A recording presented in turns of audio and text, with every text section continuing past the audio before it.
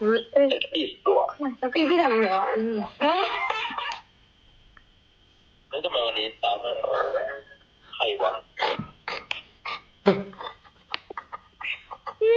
น้องเลี้ยงหมูด้วยเหรอ วันนี้เด้อ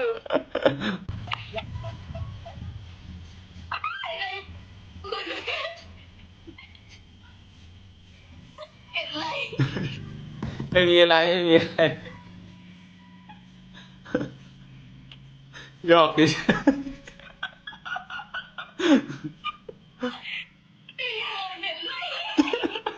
หยอกเฉย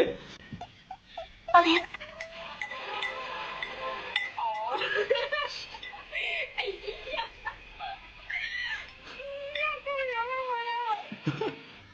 หยอกเฉยหยอกเฉยหยอกเล่นเฉย